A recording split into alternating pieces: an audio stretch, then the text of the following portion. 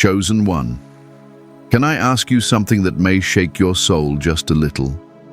Have you ever looked around your life and quietly whispered, "What happened to the promise?" Have you felt like you were left behind while others moved forward, like everyone else found their rhythm but yours never started? You love God, you've tried, you've waited, and still, something inside you aches with a loneliness no words can name. You're not alone. And no, you're not crazy. You're not forgotten. You are not too late. You're just in a sacred place, one most people never talk about. A place where the old world no longer fits and the new one hasn't yet revealed itself. A place where God is moving, but silently. You see, the ones who are truly chosen don't just wake up one day and walk into glory. No, they go through the valley first. They walk through the fire of invisibility. They wrestle in the night when everyone else is sleeping. They know what it feels like to look at the mirror and question if they missed it, to wonder if too much time has passed, if they've failed God, if the door has closed for good. But that's not the truth. The truth is, you are being moved, pulled by an invisible hand, drawn away from the noise, from the patterns that once kept you safe but small. God is calling you to leave the old behind, not as punishment, but because what's coming requires space. And it's sacred. You were never meant to remain where you started. That version of you, the one trying to survive, was only ever temporary. The version of you that's awakening now is the one heaven always knew would rise. And that's why this message is here. Not by accident, not by luck. This message has found you at the exact moment it was meant to. Because even if you didn't speak it aloud, heaven heard the question in your heart. Is it too late for me? Did I miss the reason I was born? No, chosen one, it is not too late. You didn't miss it. The silence wasn't abandonment.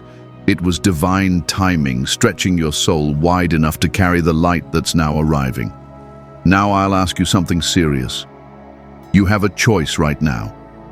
You can click away, go back to the noise, the scrolling, the distraction, and lose the clarity your soul's been crying for. Or you can stay until the end. Stay and receive the words that were meant to confirm what your spirit already knows. And if you do, you'll walk away lighter, stronger, remembering. If something is stirring in you right now, if your chest feels heavy and hopeful at the same time, I want you to comment 111 or 777 in the comments. Not for the algorithm, for your spirit, for your agreement with this sacred moment. Let this space be a sanctuary, a still place in the middle of your storm. And if this already feels like a message you've been waiting for, then like the video, subscribe. Not just to stay connected, but so you never again forget who you are, what you carry, what heaven whispered over your life before you were ever born. You are chosen, you are remembered, and you're not too late. Whenever the world gets too heavy, this space is here. Come back to rest your soul.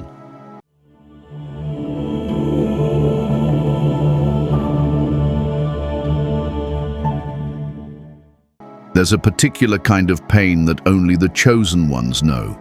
It isn't always loud. It doesn't always look like a breakdown. Sometimes it's just a silent heaviness, a weight behind the eyes, a constant hum beneath the surface of everything you do. You might be laughing, working, cooking dinner. But deep inside, something aches. Something feels missing, something that the world can't give and doesn't understand. You've tried to pray it away, fast it away, numb it with distraction. But nothing fills that empty space. And maybe you've started wondering, is God still with me? Did I do something wrong? Has heaven gone silent? These questions don't come from weakness. They come from longing, from love, from a deep remembrance of something eternal, a knowing that you were made for more, that this world was never supposed to be enough for your soul. You see, chosen one, when God begins to awaken your destiny, He doesn't always show up with thunder and miracles. Sometimes he shows up with absence, with silence, with unanswered prayers and slow days, because it is in the sacred ache that the illusions start to fall away. It's where the performance dies, the pretending ends, the masks come off, and what's left is the raw, vulnerable you, the one that heaven always saw. In this place, it's easy to feel forgotten by destiny, to look at your life and wonder if your moment has passed. But I'm here to remind you, nothing in the kingdom is wasted. Every delay, every detour, every tear has been seen, counted, held. The ache in your soul isn't proof that God has left, it's proof that He's near, closer than ever, because only those who are truly chosen are invited to carry this kind of depth, this kind of spiritual hunger. Midlife can magnify this ache, when you're no longer young enough to ignore the questions, but not old enough to give up. When you've done what you were supposed to do, followed the script, and yet your soul still cries out, there has to be more. And there is, so much more. But first, you have to honor the ache, not run from it, not judge it, just feel it, and listen to what it's been trying to say. The Lord is close to the brokenhearted and saves those who are crushed in spirit. That's what Psalm 34:18 tells us, and it's not just poetic, it's truth. If your heart feels broken, if your spirit feels crushed, then congratulations. You're in the exact place where miracles begin, the place where God does His deepest work. So if today you're tired, if you feel like heaven is too quiet and your soul is too loud, just know this, you are seen, you are heard, you are still chosen. And the ache is not a curse, it's the doorway. It's the sacred tension between who you've been and who you're about to become. God is not done with you. He's just getting started. Tell me, chosen one, what if the thing you called a breakdown was actually the beginning of your breakthrough? What if the very moment you thought your life was falling apart was the sacred moment it started to fall into divine alignment? You see, when God is about to move you, He doesn't always announce it. He doesn't always explain. Sometimes He just begins removing things. Quietly, suddenly, without your permission. The job slips away. The relationship ends. The passion for what once fulfilled you disappears. And you're left staring at a version of your life that no longer feels like home. At first, it feels like punishment, rejection, even betrayal. You try to hold it all together, patch the holes, pretend you're fine. But something deeper is happening, something holy, something irreversible. God is moving you, not just geographically or circumstantially, but spiritually, internally, eternally. This is what divine disruption looks like. It never comes to ruin you, it comes to realign you. Because you've outgrown the place where your spirit used to rest, the old rhythms, the old titles, the old dreams, they served their purpose, but they can't hold what's coming. And so, heaven steps in. Not to destroy your world, but to expand it. To tear down the small rooms you once called enough and make space for something sacred. Sometimes the hardest part isn't the loss itself, it's the silence that follows. The not knowing. The in-between. The strange feeling of being suspended between chapters. You don't recognize where you are, and you can't go back to where you were. That's divine disruption. That's holy ground. When you're chosen by God, you don't just get called, you get cleared. Cleared of attachments, of idols, of false identities. And yes, it hurts. But pain is often heaven's way of pointing. What's leaving your life right now isn't being stolen. It's being surrendered, released, laid down, so something eternal can rise. Don't rush to rebuild what God is trying to remove. Don't cling to what's crumbling. Let it go. Let it fall. Let the old things break, because the breaking is the blessing in disguise. The sacred light cannot enter where the soul is still locked in the past. Forget the former things. Do not dwell on the past. See, I am doing a new thing. Isaiah 43:18-19. This isn't just scripture. It's a divine announcement over your life.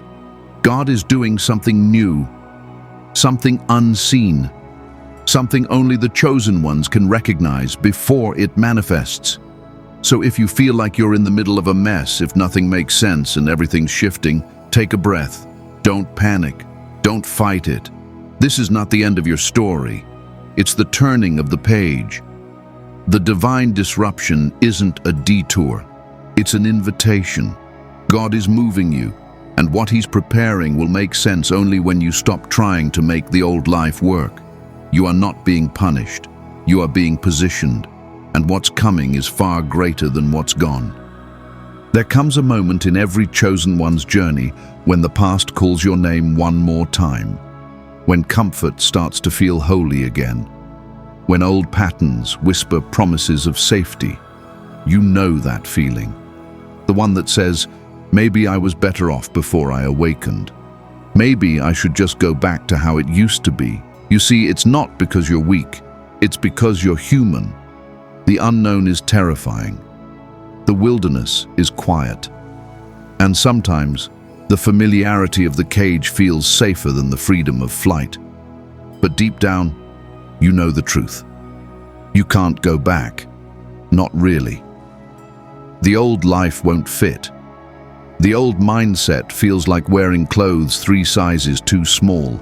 You've grown, even if you didn't mean to. You've stretched into something unrecognizable. And once your soul has tasted the divine, you can't go back to the artificial. Still, it's tempting. You look at others who never chose this path. They seem happy, settled. Their lives look simple, stable. But you were never built for simple. Your spirit was wired for sacred fire, and trying to live a normal life while carrying a divine assignment will only break you further. God won't let you return to what He called you out of. He loves you too much for that. That's why every time you try to step back into the old identity, something inside of you dies a little. That's why it doesn't work. That's why even your favorite distractions feel hollow now. Because He removed the flavor, the sweetness, the illusion. The truth is, you're not who you used to be. And you're not meant to be. That life was a chapter, not the whole book. You were called out, set apart, handpicked, not to be comfortable but to be consecrated, to carry something the world doesn't understand. When the Israelites left Egypt, they cried to go back. They missed the bread, the beds, the predictability, even though it was slavery. That's what trauma does. It confuses bondage with belonging. But God's voice kept moving them forward, because freedom is always on the other side of letting go. Forget the former things. Do not dwell on the past. See, I am doing a new thing. Isaiah 43:18-19. That's not just encouragement, it's a divine command. Do not dwell, do not return. Do not rebuild what God tore down in mercy. You might not know exactly where you're going, but you do know where you can't stay. And that knowing is enough.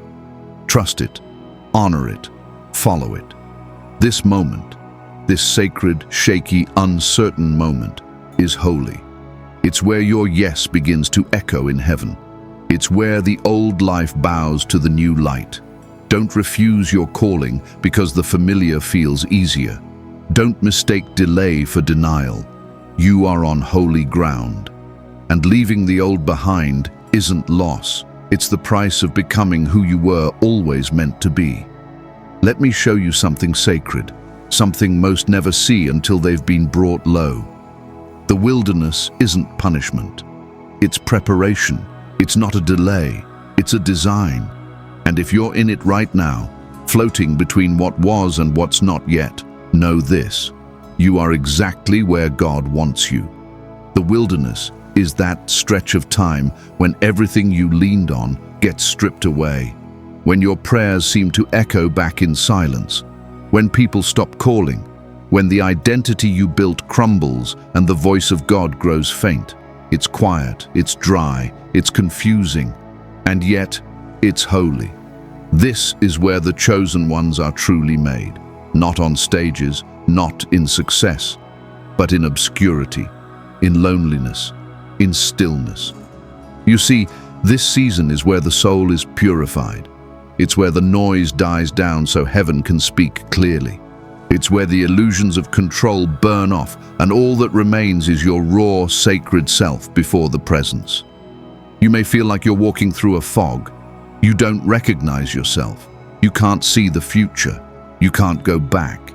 And yet nothing new has fully emerged. That's the space between stories, the sacred pause between breaths, the wilderness.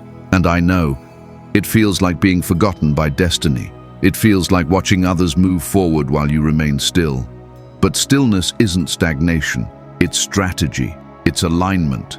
It's where God presses pause not to withhold from you, but to prepare you for something far greater than your current understanding. The wilderness humbles the ego. It unhooks you from outcomes. It teaches you to obey even when there's no applause, to worship even when there's no reward. That is the mark of the chosen, the ones who keep walking with no map, no timeline, only trust. Think of Moses, 40 years in the desert before he ever spoke to Pharaoh. Think of Jesus, led by the Spirit into the wilderness, not away from calling, but into it. The wilderness is not the absence of God. It's the refining fire of His love. And when you feel most invisible, when your purpose feels furthest away, remember, seeds are always buried before they bloom. You are not behind. You are being rooted, hidden, fortified. Because what's coming will require a depth you can't build in comfort. So if you're in that space now, if nothing makes sense and your soul is tired, breathe. You're not being punished. You're being prepared. The silence isn't rejection. It's intimacy.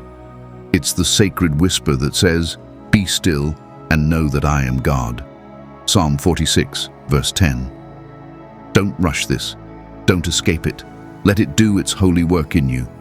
Because when the time comes, you won't just walk out of the wilderness. You'll rise, anointed, aligned, unshakable. And the light that comes after this dark stretch, it will be the kind that doesn't just touch others. It will awaken them. There is a place only the chosen ones reach, a sacred ground where pain and promise meet. It is the breaking. And though no one asks for it, everyone who is marked by heaven must walk through it, not because God is cruel, but because there are blessings that only come through the cracks. You see, when you're chosen, you don't just carry light, you carry weight. And to carry the weight of divine purpose, something in you has to break first. The false identities, the shallow ambitions, the need to be understood. They can't survive where you're going. And so, life begins to shatter everything that isn't rooted in the eternal. It doesn't always look like devastation. Sometimes it's a slow unraveling, a quiet disappointment, a lingering loneliness. Other times it's betrayal, rejection, being left behind. You wonder why certain people walked away, why doors closed without explanation, why you gave your all and still ended up empty. But chosen one, what if all of that wasn't loss? It was sacred subtraction. God allows things to fall apart not to hurt you, but to reveal what cannot be taken. The parts of you that survive the breaking are the parts He's building on. The rest was never meant to go with you. Some of your greatest teachers came wrapped in pain. Some of your deepest growth came from what felt like failure. And some of your most divine encounters came not in worship services or mountaintops, but in midnight tears and whispered prayers. That is the mystery of the chosen life. The wound and the wonder live side by side. It's easy to see only the breaking, but the blessing is woven into it, slowly, silently, in ways you may not notice at first. The humility that grew where pride once lived, the discernment forged in the fires of betrayal, the compassion birthed from your own grief. These are not small things, these are holy things. Weeping may endure for a night, but joy comes in the morning. Psalm 30 verse 5. That's not just a promise, it's a cycle, a spiritual rhythm. The breaking doesn't last forever. The night doesn't swallow the day. Morning always comes. And when it does, you don't emerge the same. So don't curse the season that made you softer. Don't rush to forget the moments that brought you to your knees. There is beauty in what broke you, not because the pain was good, but because God is good enough to use it. Every scar is a map, every tear a seed. And every time you chose to stay faithful through the breaking, you were building something in the unseen. You're not just a survivor, you're a sanctuary, a living testament to what God can do with a surrendered soul. And the blessing that's coming isn't a reward for your pain, it's a reflection of who you've become through it. Let the world say you were broken. Heaven knows you were becoming. Chosen one, if you've made it this far, then you've already walked through shadows most never survive. But now you stand at the edge of something even more sacred. This is the fire. Not the fire that destroys, but the fire that refines. The fire of transformation. This is where everything you once clung to is tested. Your identity, your faith, your timeline, your pride. One by one, the false layers begin to burn away. Not because you are being punished, but because the real you is trying to emerge. You see, before God reveals the next chapter, He removes the disguise. And the fire is where that holy unveiling begins. You may be asking, why now? Why this deep, inner pressure? Because something inside you is waking up, something eternal, something ancient. This is not a breakdown, it's a rebirth. This is where God begins to heal what you never thought could be healed. Not just your circumstances, but your story. The parts of your past that once carried shame are now becoming sacred. This is what happens when you stop hiding your wounds and start honoring them. When you stop running from the pain and start letting God redeem it. You are not here to be perfect. You are here to be purified. Chosen ones don't rise by pretending. They rise by surrendering. So many of you carry secret regret. You think you wasted too much time. You think you failed too often. You believe the lie that it's too late to start over spiritually. But I'm here to burn that lie in the fire of truth. It is not too late. It never was. God doesn't measure time the way we do. He restores, He rewrites, He redeems. I will restore to you the years that the locust has eaten. Joel 2:25. That verse is not just for your comfort. It's for your claiming. You haven't missed your calling. You were simply being prepared for it. The fire feels hot right now. I know. It's uncomfortable to be stripped of your old self. But it's the only way to meet the one you were born to be. Let the old timelines burn. Let the false expectations fall. Let the ashes become holy ground. This is where you become unrecognizable, not to God, but to the version of yourself that was built in fear. This is where you rise, not through striving, but through surrender. Not by becoming someone new, but by remembering who you were before the world told you who to be. Let this fire do what it was sent to do. Let it clear the space for what's coming. Let it sanctify your pain, your doubt, your delay. You're not being erased. You're being rewritten by the hand of the divine. Chosen one, this is the fire of transformation. And when you walk through it, you will not be the same. You will be brighter, deeper, clearer. You will no longer carry the shame of your past. You'll carry the sacred light of what survived it. Chosen one, the fire didn't consume you. It revealed you. And now, standing in the stillness after the storm, something begins to rise. Not with noise, not with grand display, but with quiet clarity. It's the sacred light. The one that was buried beneath years of survival, the one that waited patiently behind the pain, the one that now whispers, "You are ready." This is the part they never told you about, that after all the shedding, the silence, the sacred ache, comes light. A light not given by the world, but forged in the secret place with God. This light doesn't come with applause. It comes with peace. Not the peace of everything being perfect, but the peace of knowing you are finally in alignment with heaven. You've left the old behind. You didn't just walk away from a season, you walked away from a self that no longer served your destiny. And what's coming now isn't just new circumstances. It's a new embodiment, a new rhythm, a new authority. God is moving you. And what He's bringing isn't just a blessing, it's a becoming. You are being formed into someone who no longer needs to prove, to beg, to fit in. You don't have to hustle to be loved.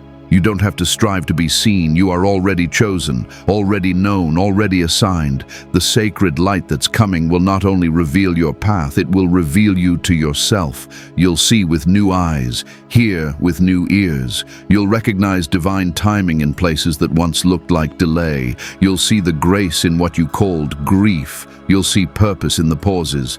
And most of all, you'll see God's hand was never absent, just patient. Arise, shine, for your light has come, and the glory of the Lord rises upon you. Isaiah 61. You're not waiting anymore. You're being activated, not to go back to what you were, but to become what you've always been. The shift won't always be loud, but it will be real. You'll feel it in how you walk, in how you speak, in the way you no longer carry the weight of proving your worth. What's coming is clarity, spiritual authority, new assignments, aligned connections. Holy ground that you didn't earn, but were prepared for. The journey through the wilderness made you sensitive to what's sacred. You'll no longer be satisfied with shallow things. You'll crave depth, truth, presence. This is the time to walk forward, not in fear, but in trust, not with answers, but with obedience. You're not who you used to be, and that's a miracle. That's the evidence that the light is already here. You're carrying it. You are it. Comment 777 if your spirit feels that shift already beginning. If something inside you just knows that this message isn't prediction, it's confirmation. This is not the end of your journey. This is the holy turning point. What's coming isn't random. It's sacred, it's yours, and it's time. Chosen one, something in you has changed, and you can feel it. Even if no one else sees it yet, you know deep within, you're not returning to your old life. You're returning as someone who's been touched by God. This is the return, but it's not a rewind. It's a revelation. You're stepping back into the world, but this time you're carrying light, not wounds. This is the moment when heaven says, now go. But not as who you were, as who I've made you to be. Because every fire, every wilderness, every sacred ache, it all prepared you for this. You didn't just survive. You've been shaped. You've been marked. You've been trusted with spiritual weight that only the chosen can carry. You no longer look for validation where you used to. You don't need to prove anything to people who can't see your calling. You've tasted stillness. You've been hidden in silence, and now you return, not to fit in, but to lead. Not with pride, but with presence. Your presence itself has changed. The way you enter rooms, the way you speak, the way you rest. You walk differently now, because your feet remember where they've been. And your spirit remembers who walked with you through it all. God didn't just carry you, He changed you. You're not looking for identity anymore. You're walking in it. You're not searching for destiny. You've become it. The world may still try to call you by your past, but heaven calls you by your purpose. And now, finally, you believe it. You believe what God said about you before anyone had an opinion. This is the reward. Not wealth, not status, but awareness, alignment, being able to move with clarity, to speak without fear, to stay soft and strong at the same time, to know when to stay hidden and when to rise. And now, it's time to rise. You are a chosen generation, a royal priesthood, a holy nation, God's special possession, 1 Peter 2:9. That's not just a verse, it's a mirror. Look into it. See yourself there. Let it be your anchor when the old voices try to pull you back. You're returning now, but with sacred eyes. You'll see who is truly for you. You'll sense when the Holy Spirit is speaking. You'll move with timing that doesn't make sense to others, but makes perfect sense to God. Because now, you don't follow pressure. You follow peace, chosen by God. That's who you are. And this new identity isn't a performance, it's your home. You're not reaching anymore. You're receiving. You're not doubting. You're remembering. Let this be the day you stop apologizing for the light in you. Let this be the day you return with power, with softness, with depth, with God all around you. Because you didn't go through all of that to come back empty. You are full. You are radiant. You are new. And your return is not a repeat, it's a revelation. Chosen one, now that you've walked through the fire and remembered who you are, it's time to ground this sacred light into your daily life. Because being chosen isn't about escape, it's about embodiment. You weren't called to float above the world. You were called to walk through it, filled with something the world can't take away. This part of the journey is quiet, but it's crucial. It's not about big signs or loud shifts. It's about choosing the sacred in the small. The ordinary moments become your altar. The morning silence becomes your communion. The way you treat yourself becomes a form of worship. Start your days not with anxiety, but with alignment. Take a few breaths before speaking. Let your feet touch the ground as if they're stepping on holy soil. Remember the stillness that shaped you. Let it become part of your rhythm, not just something you visit when you're desperate. Let go of the need to rush. Divine timing doesn't respond to panic. It flows through presence. When you feel overwhelmed, don't fight to fix everything. Sit. Listen. There's wisdom waiting in the pause. Surround yourself with what supports your soul, not what entertains your fear. This is the time to protect your peace like it's sacred, because it is. Some relationships may no longer align. Some places might feel heavy. That's not judgment. That's discernment. You're not being distant, you're being obedient. Forgiveness, too, becomes a spiritual act of cleansing. Not because others deserve it, but because you do. You deserve to be free. You deserve to walk lightly. You deserve to live without carrying their choices on your back. Write down the things God is speaking to you. Keep a journal, even if it's messy, even if it's just a few words a day. Not so you can track your progress, but so you can witness your remembering. Let your own words remind you who you are when the world forgets. And when doubt creeps in, and it will, return to the place of stillness. You don't need to always feel strong. You only need to stay close to the source. God isn't asking you to be perfect. He's asking you to be present, to remain open, to stay soft, even after all you've seen. Spiritual maturity isn't how loud you pray. It's how deeply you listen. It's how gently you love. It's how fully you trust, even when there's no evidence except peace. And peace, chosen one, is always evidence of God. You're not building a platform. You're building a life that reflects the light you now carry, a life that blesses others simply by existing in truth. Let your life preach. Let your rest be resistance. Let your softness be strength. Let your quiet obedience change the atmosphere, because the sacred light isn't just for mountaintops, it's for Mondays, for dishes, for long walks, for holding space for another weary soul. This is where the real power lives, in the now, in the still, in the faithful, holy, ordinary. Chosen one, now that you've walked through the fire and remembered who you are, it's time to ground this sacred light into your daily life. Because being chosen isn't about escape, it's about embodiment. You weren't called to float above the world. You were called to walk through it, filled with something the world can't take away. This part of the journey is quiet, but it's crucial. It's not about big signs or loud shifts. It's about choosing the sacred in the small. The ordinary moments become your altar. The morning silence becomes your communion. The way you treat yourself becomes a form of worship. Start your days not with anxiety, but with alignment. Take a few breaths before speaking. Let your feet touch the ground as if they're stepping on holy soil. Remember the stillness that shaped you. Let it become part of your rhythm, not just something you visit when you're desperate. Let go of the need to rush. Divine timing doesn't respond to panic. It flows through presence. When you feel overwhelmed, don't fight to fix everything. Sit, listen.